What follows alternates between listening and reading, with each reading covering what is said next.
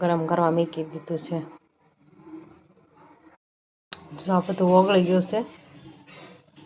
હવે આ બીટનો પાવડર છે, ઘરે મેં બીટનો પાવડર બનાવ્યો હતો એ ઉમેરું છું. પછી બધું મિક્સ કરી દઈશ. આ બધું મિક્સ કરીને અમે આમાં નાખીને જોઈ છે જામે કે નહીં.